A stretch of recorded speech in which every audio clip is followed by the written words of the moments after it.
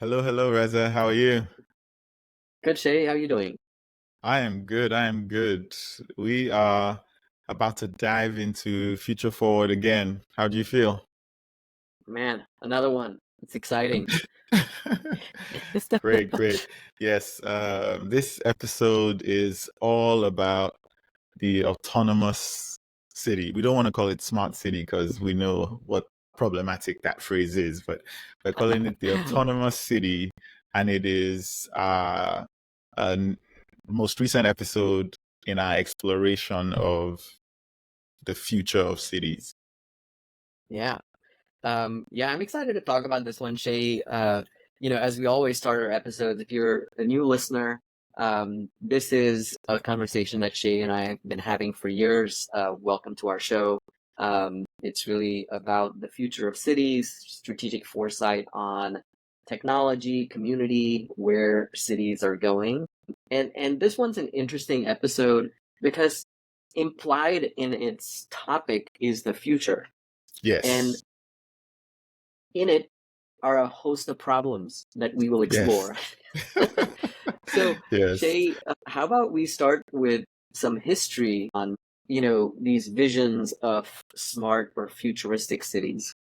Absolutely, yeah. So the as we mentioned on I think our third or fourth episode, this whole idea of smart cities and the framing is problematic, but it's not new. We started having conversations about the smart city in the 1930s, and it was these ideas of modernist buildings, sleek technology, in these environments that were sort of future forward as far in the future as they could think in 1930. So back then we had some grand ambitions from specific individuals, and I'll touch on a few here. Frank Lloyd Wright, the famous architect, he had this idea for Broadacre City, which he exhibited April 15th, 1935 in New York, and was well received because everything Frank Lloyd Wright did was well received. But even in its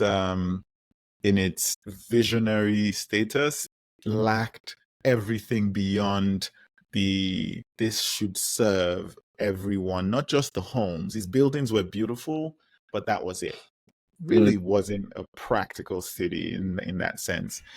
But then we swing to the far end of what was a practical vision for a smart or futuristic city in the form of, I hope I'm pronouncing his name correctly, Le Corbusier's Radiant City.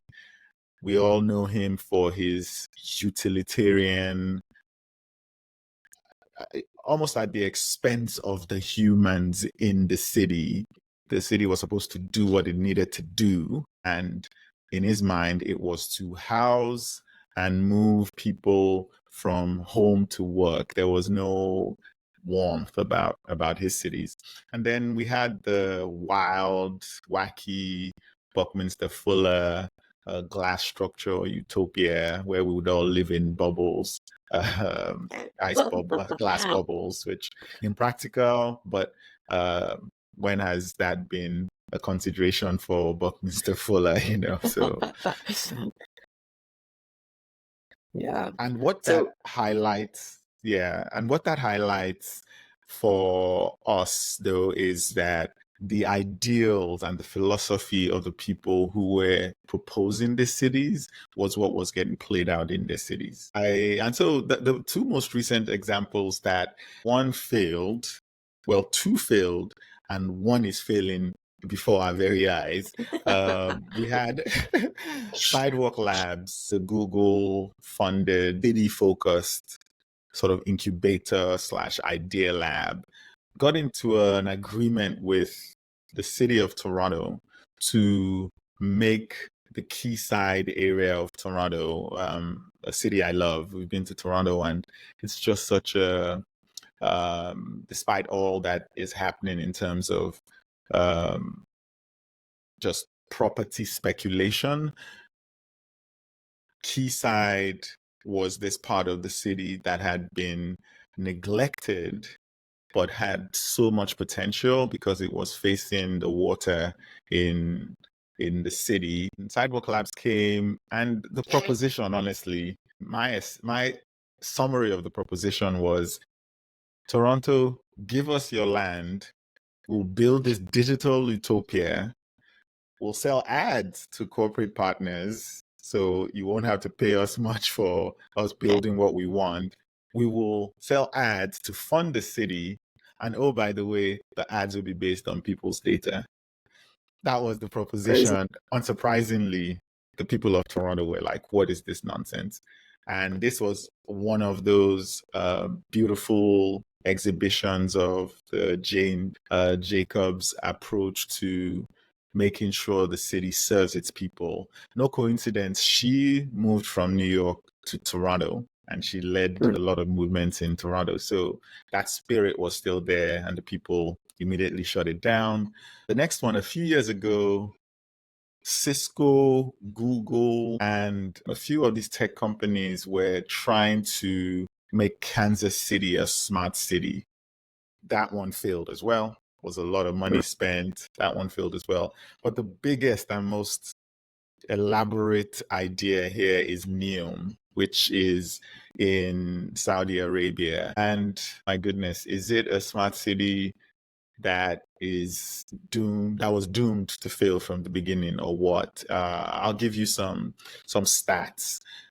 This line, it's supposed to be almost like one through line going through and it A is long building. costing 1.5 trillion to build this. That's crazy. That's just 1.5 crazy. trillion, and the project is supposedly moving full steam ahead. It probably won't be successful. It is supposed to stretch for 105 miles across the desert with a length, so stretching 105 miles, but a length of just 1.5 meters. 1.5 miles. And as you can imagine, the problems with that, you won't have to drive, is what they claim. It's a smart city, but it is failing before our eyes. Yeah. That's crazy. One comment, Sidewalk Labs. I remember all the promise with it. I love the name. Just the name, sort of like Sidewalk Labs. Sidewalk. Yes. That's like so human. I was Yes. so excited about it. Never heard about the Kansas City one. Probably discounted at the moment I read about it, so it's erased from my memory. Neom just seems, incredibly ambitious. Just misguided in its Yes. vision of like just splurging money to overbuild something in a place that just doesn't seem sustainable. Yes. Yes. But the interesting thing, Shay, that I see in these, like you gave these examples of Frank Lloyd Wright, my dad's favorite architect, Le Corbusier, and Buckminster Fuller, and then these current like Sidewalk Labs and Neom.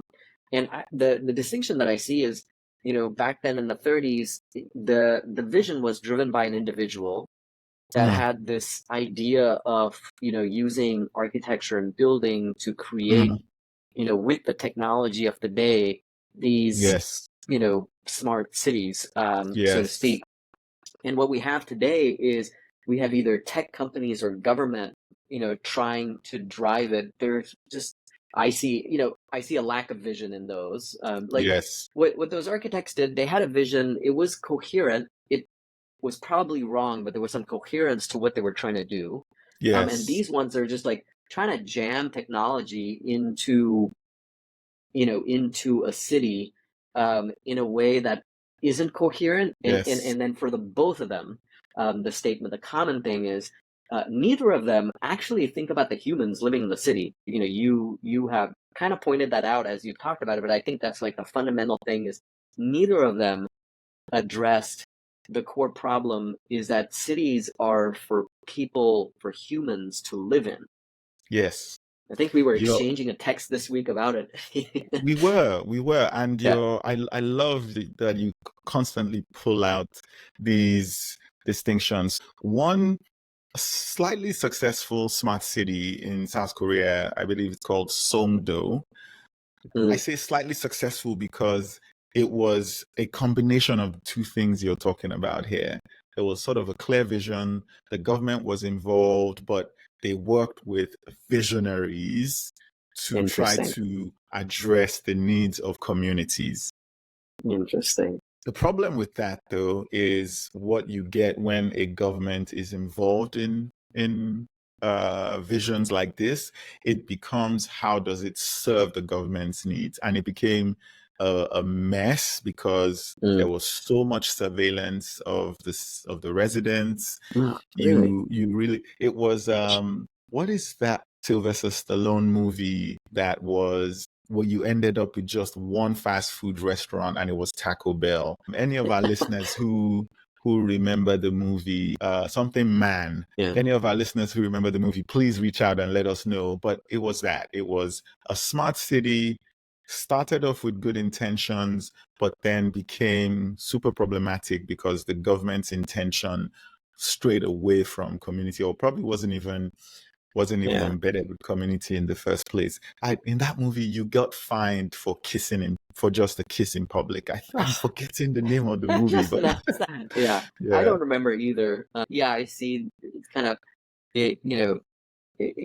misaligned incentives, government sort of, doing it for their own needs, and then you end up with, almost sort of a dystopian state as opposed to something that's beneficial for the people there. Exactly. And I just found it was Demolition Okay. Man.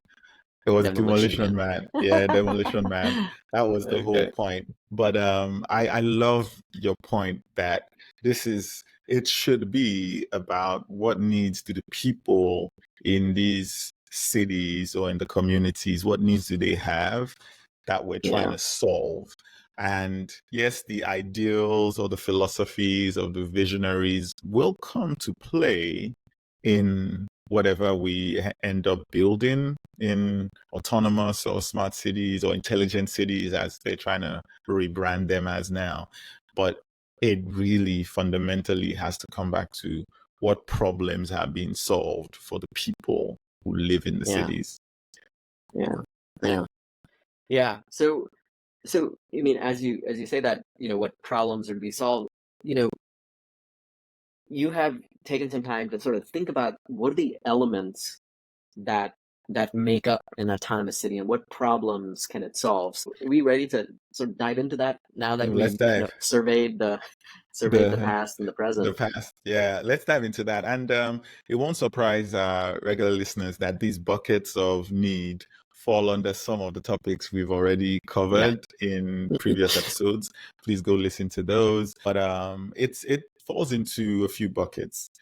And we start from, what does a city do for the residents of the city?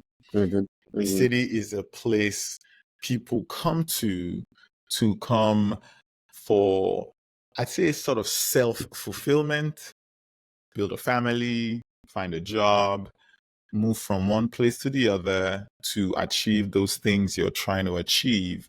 And you hope that your government provides you with the amenities that allow you to live a fulfilled life in community with other people. And so the buckets, as a result of sort of that definition of what a city does for people, they fall under things like shelter, obviously, transportation, water, energy, waste. So I'll just term those as utilities. And public safety is a big one because we want to know we're safe and secure with our families in cities. And then healthcare is a big part. But wrapping all of those is sort of this community engagement thing. So we'll dive into each one. And what I'll share is, I'll start with transportation. Rez, I'd love you to, when I share some ideas of how the future of transportation in cities look like, I'd love your always deep comments.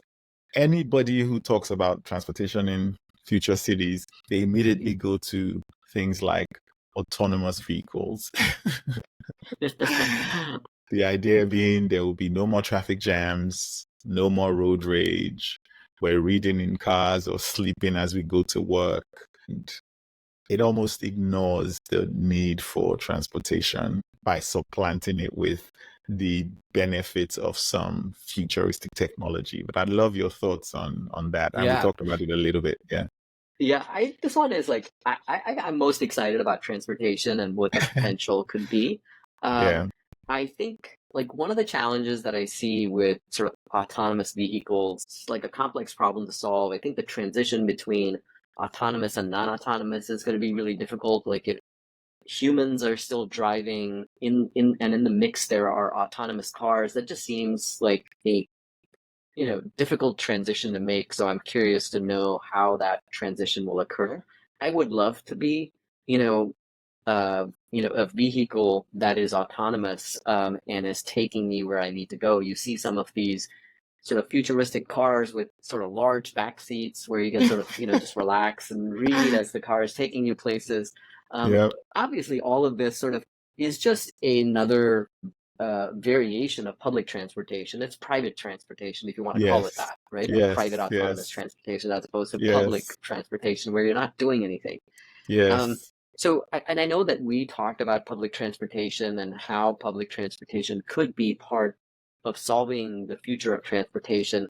And in this week's episode, I want to kind of push back a little bit on that. I don't know. And I think about cities like Austin and how difficult it is for us to push forward things that we want to do with public transportation Yeah. and the costs of doing it. Any city that doesn't have public transportation infrastructure that's trying to build it now, super hard. So I am Yes. very curious to see if that money that goes into public transportation can go into solving, through the private market in partnership with the government, some of this sort of, I don't know, private autonomous transportation, some Yeah. of these solutions that we haven't like considered. Yeah, no, it will have to be, and I love when you push back because it makes us stretch some of what Yeah, we might have maybe in my mind anyway concluded on, but there's yeah. still room for some debate there. And I think the middle ground is maybe a solution in the short term here. And what do I mean by middle ground? It is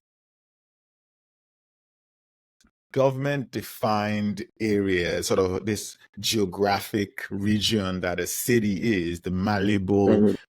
bounds of a city, and we break it down into smaller areas within that city where we can have a combination of public and private transportation that recognizes the needs of the communities that live there. I'll use an example. There are some parts of Austin where you cannot get a bus. Yeah, But the people who live in those parts of Austin probably were never going to get on a bus anyway, you know? It's yeah, yeah. it's it's that idea. So how do we enable in some parts of Austin where there's a higher concentration and larger density of people, and we build, in some cases maybe private, in some cases maybe government built transportation, multimodal transportation systems that cater to those small pockets within the city, and then the overarching transport system is built by the city to connect those small Mm. micro areas. So you almost want to have buses in those micro areas, but trains that go across in almost the same way we have these three major thoroughfares in the city. You put rail lines beside them, and then sort of this nodal structure that I always go back to, where there's no one failure point, but Yes. a network of options. Yeah. Yeah. I like that. I like that. Yeah. Yeah. Yeah. Great, great. So the next one, we've also touched on this, and it is the energy system, the future of energy in cities, the autonomous future of energy. It always comes back to clean energy, smart grids. And what do I mean by smart grids? These are just information technology laid on top of assets that generate, distribute, and help us track the usage of energy. So it's this autonomous grid that matches demand with supply, and it ensures every home has the electricity it needs to do what it needs to do. And we can even tap into individual homes or community solar platforms, for example, to address the needs of the people in the city. And every time I've heard that definition of what the autonomous or smart grid for energy is, I have no reason to disagree with it personally. Yeah. Yeah. Me either. I think this one's also, maybe it's taken longer for it to realize itself, but we are now Yeah. beginning to see the realization of what the potential of, the smart grid or an intelligent grid could be, that could Yes. increase resilience, Yes. for cities. Yeah, it's a sort of straightforward one, and I actually hadn't thought about the fact that it's been delayed. This has been promised for a while, so Yeah. yeah, that is a good point. It- The next one I touch on is waste management, and I know you had some comments about this one, but the future of waste management is this: the garbage trucks show up autonomously driven on a route that they've always optimized, because they know how we all generate trash in our homes. And you almost have composting and separation on the same truck, for example. We're so far away from that. It's kind of wild, because the most we've seen, or I've seen, in terms of some automation of the garbage trucks are these electric hands that grab your trash can, dump it in the back. Hopefully it all gets in and it puts it back. But that's the most in terms of autonomy I've seen for the waste disposal systems. But we do need a better future for that. Yeah. Yeah. I have two comments on this. Like, one, you and I growing up in developed countries like India and Nigeria, we generated so little waste. Like, Yes. waste was such a, like, always on our mind. Like, don't waste Yes. things, don't throw things Yes. away, reuse things. It was like we were recycling and reusing before there was a need to, just because of Yes. the constraints of the lifestyle that we had. I think this is a very underserved area, and I don't know if it's because it's waste that is underserved, but I can imagine that, computer vision and robotics could do a lot for recycling. Recycling Yeah. is such a, it has such, such a great desire for recycling to be more than it actually is. But there's Yes. so much, contamination that goes into our recycling process. Even though we put plastic in our recycling bins, it never gets recycled. Does it? That's just the shocking thing. Is like plastic is rarely recycled. There's so much potential here, and I think it's just staggering how much waste we create, Shady. And I'm curious. Like, this was the question that I had for you. Is like, Yes. could you kind of give us an idea of, like, in a a country like ours in the U.S., like, how much waste do we generate? Do we generate it? It blew my mind. I pulled this up, and the idea here being, let's go with a city of 1 million people, a US Mhm. city that has 1 million people. There are a few cities in the US that are above that.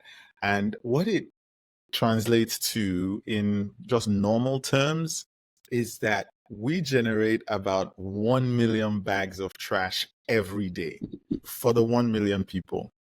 Whoa, 1 that's million nuts. bags of trash. It's nuts. And over the course of a year, we fill up 15,000 to about 20,000 Olympic sized swimming pools with garbage every year. It just blows my mind. It's And sad it's so how much sad. It's so waste. sad. And the last point here is that each American, and the average American, generates about 800 pounds of trash a year, which is about the size of a small car. It's so Oh my sad. God. It's so horribly sad. Yeah. This needs better solutions, and I think it's the fact that it's waste, you're just like throwing it away. Yeah. Yeah. Maybe that's the reason. Yeah. Yeah. Okay, we It's got to move it on from that one. we That have one to is move on like, from that one. It's the one that the future hasn't quite no, lived up nothing. There's nothing there. there's nothing, sadly. And if you're Yep. listening and you're on listening to this podcast and you're working on a solution, absolutely reach out, because Yeah, Reza we and want to hear it. myself, we want to hear from you for sure. The next one I touch on here is public safety. And this is a fraught one, because every vision of a safe city, Ongdo had this problem, Sidewalk Labs was going to have this problem. It was autonomous cameras capturing images of everybody as we did our thing in the cities, drones patrolling the skies, capturing every activity. And as Demolition Man showed us, anything that was considered a public spectacle worthy of a fine, you would get caught and fined by a robot immediately. Jeez. And I don't know if public safety is the word that comes to mind when I think of drones and autonomous cameras. Reza, please help me out here. No, I don't either. Yeah, it's just two words. Public, that's us, the community. Safety, Yeah. feeling safe. I don't know how safe I feel when there's drones and robots around. It's a very dystopian vision,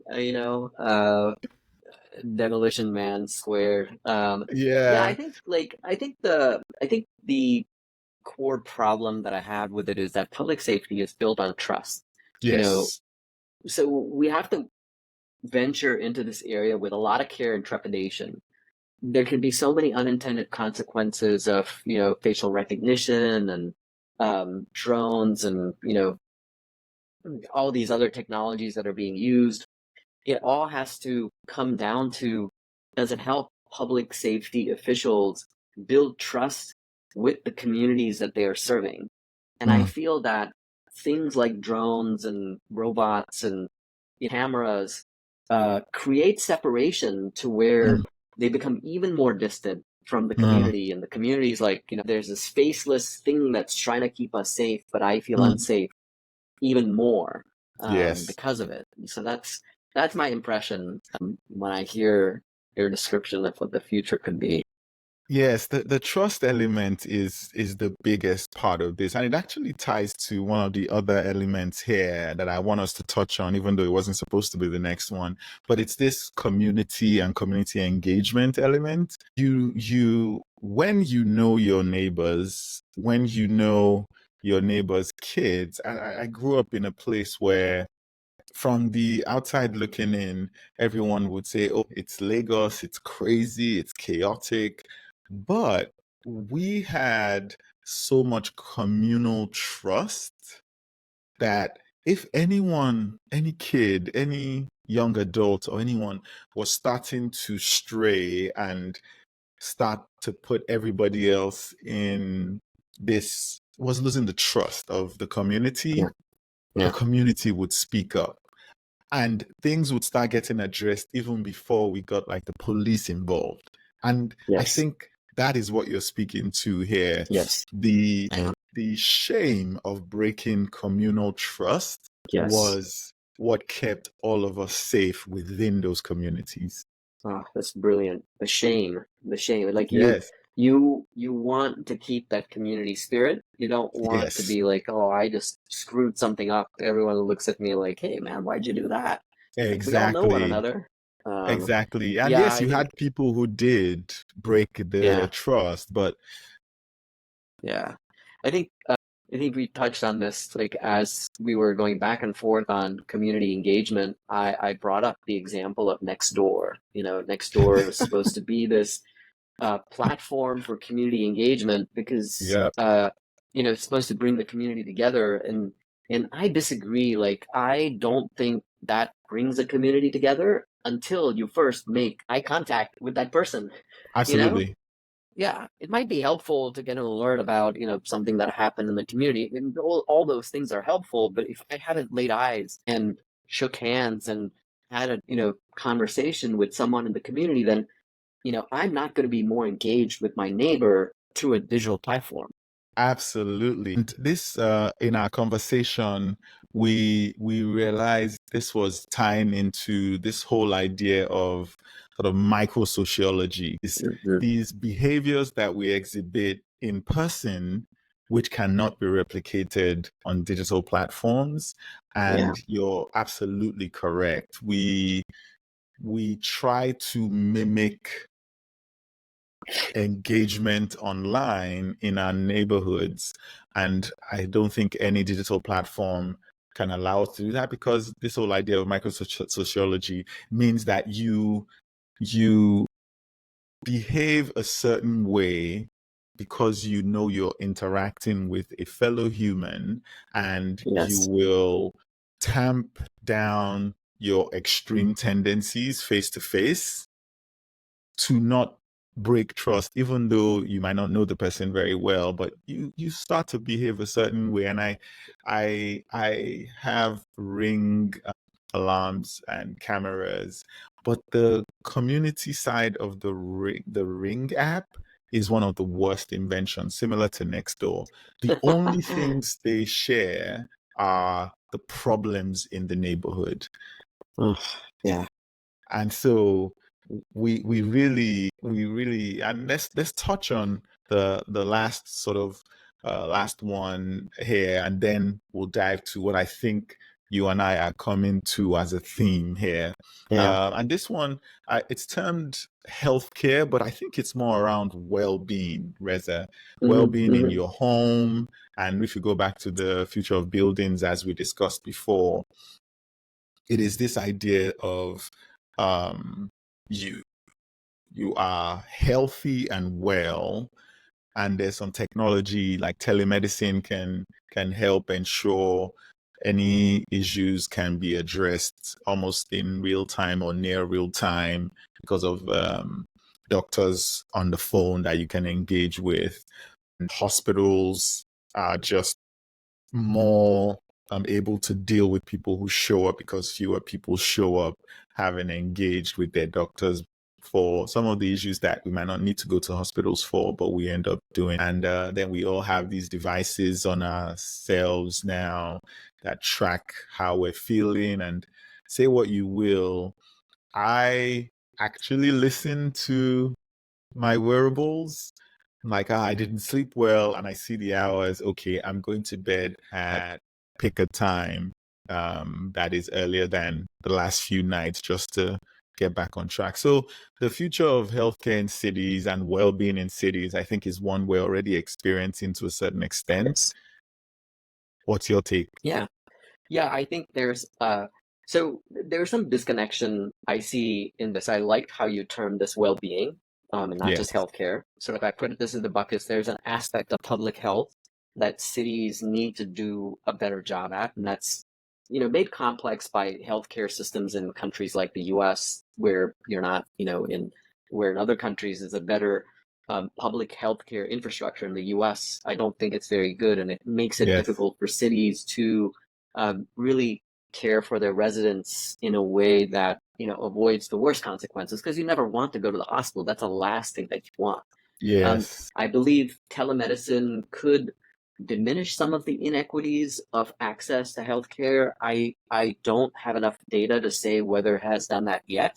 mm, I also think that wearables are still an inequitable solution. I don't think that's true, accessible to every individual in the city, to true. where and I don't see, like, I have a wearable, and it's, for me as an individual, it's not really connected with my doctor or my That broader is true. health. But there's potential there. Like, it is moving in a particular direction. I'm curious to see if it will erase some of the access or inequities of health. The last thing that I would say, and I would love to explore this as an episode, is, if you think about well-being, and if you think about, like, uh, health, one aspect of it is creating public spaces and parks for people to commune, because that is Yes, part of health. And I'm going to bring yes, up something in mailbag related to this, that, that yes, that one of our listeners sent us. But I think there's something there. How do you prevent people needing to have healthcare by putting them in social contact and forming that human connection to where Yes. they have that well-being. So I love that term, Shay, well-being. I'm glad that you brought it up that way. But yeah, those are my Yeah, takes. no, I love it. I love it. And I've read a word that ties in by Emil Durkheim, and it's that in cities, the social contact and the experience of being with a community, a collective of people, is this collective effervescence that we build up that keep us well. I Mhm. was reading that and I thought that absolutely captures what Yeah. we miss when technology mediates the experiences we're having in our Yes. cities. Yeah. Yes. Yeah. Exactly. Yeah. Yeah.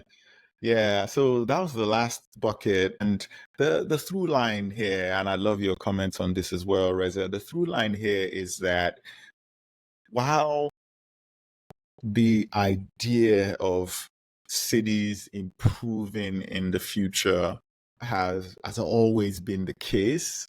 What tends to be missing is that we let the ideals of whoever is, or the philosophy of whoever is maybe in charge or the visionary, remove the humanity and the community that cities are naturally built, organically built up to help foster. And so even as more future smart, autonomous, intelligent, call it what you will, cities are envisioned or executed on, what needs to be maintained is that what does this do for the residents of our city? Beyond the tools for expressing that, what does it do for the collective community? Yeah, I love that. I love how you put it that way. I absolutely agree that that process is very messy. Yeah. And, involving the community is a critical and messy part of evolving, a city to become more intelligent. Because if you don't Yes. involve, the the people, the humans that are served by it, you're gonna miss out. Like you're gonna have, either visionaries that sort of aren't considering it, or government or tech entities that have different motives or motivations for what they want to do. So yeah, I Yeah. couldn't put it a better way. I love it. I love it. Cities are messy, and the compressed culture you experience in a city is organic and messy. So you better include Yes, that in how you build the future of cities. yes, exactly, exactly. That's awesome. Yeah. So, you know, someone I know that I met a few years ago, Alpay, she sent me. He listened to one of the episodes where we mentioned third spaces, and so he sent me a YouTube of Simon Sinek. I think some people know him. He's pretty well known, and talking about what's your why and things like that. But he sent me this little segment where Simon Sinek was talking about, as a human, what are three parts of your body that you should try to keep healthy, and why? And he said, your brain, your heart, those are obvious. I got to keep my brain healthy, so that I can continue to operate, my heart healthy, so it keeps my body working. But the third one, which was so interesting, was your thighs. Wow. Yeah, yeah. So I was like, wow, why should my thighs remain strong Yeah. or healthy? And it's because um, your thighs are the part of your body that helps you walk. And if Hmm. you can walk, you can go and meet people and you can Hmm. connect with them. And that Hmm. keeps you healthy. So your head, your Wow. heart, and your thighs. And Yeah. so that was his take on, That is you so know, cool. isn't it cool? I mean, it just sort of ties in so well. So thank you, Pace, for setting that, because it ties in so well with, we want people to humanly connect. I think that is the thesis of this episode, was Yes. just that. Yes. You want to get out, connect with people, form relationships, and that's what makes a city what it is. Not some 105-mile building through the desert. My goodness, thank you for sharing that, and thanks for reaching out. That was pretty, I will think about that for a while because it is true. Yeah, It is true. yeah. And on that note, Anybody else listening today, please share your thoughts, share your ideas. We want really genius concepts like what Reza just shared coming to us. And thanks as always for listening. We are very appreciative of you spending time with us. Yeah, thank you, everyone. Take a minute to obviously like and subscribe, rate and review, but more important, take a minute to share this directly with a friend, make that connection, and keep the good vibes going. Thank you. Till next time. Bye. All right. Bye, everyone.